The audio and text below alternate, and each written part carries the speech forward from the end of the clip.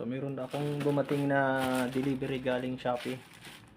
Novsite H4 lead bulb. Buksan natin. Binuksan ko na to bago dumating sa akin pagtalikod ng rider. Ibinidyo ko yung isang video at naniniguro lang kasi medyo may kamahalan eh. Pero ito nakasell pa yung mismong package na galing sa Novsite. So ito yun. Tanggalan natin ng plastic. Talagang pagpatutuong nakasealed siya. Press from Novsite. Sana okay.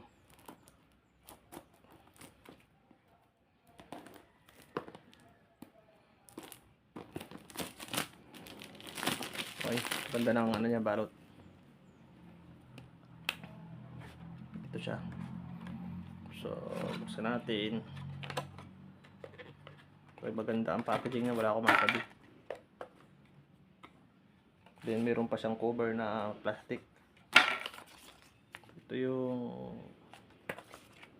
user manual.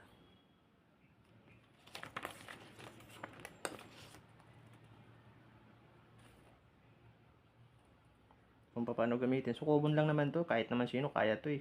Kung paano binaklas, ganun din ibabalik. Ito yung bali 2 piraso to.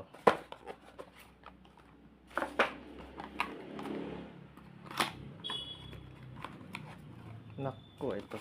Tama naman. So, ito yung unit niya mismo. So, H4 socket. So, ito yung kanyang dalawang lead chips. High and low. So, ito yung kanyang heatsink. Yung kanyang pang-plug. So, tingnan natin yung isa kung okay.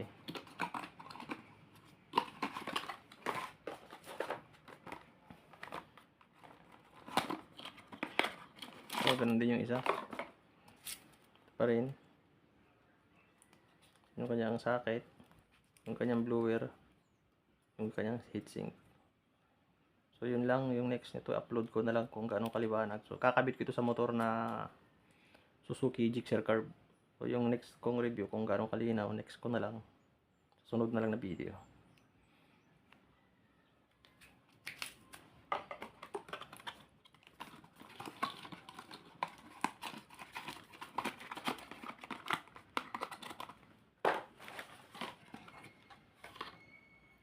So, nabili ko nga lang pala ito sa Shopee. Sa online store mismo ng Novsite.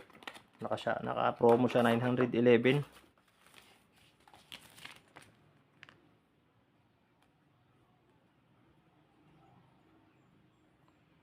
Walang nakalagay. So, kung ilang watts. Pero ang nakalagay doon sa niya, sa Shopee store niya is 30 watts yan eh. 30 yung isang lead bulb, then 30 yung isa. So, 60. Yun lang.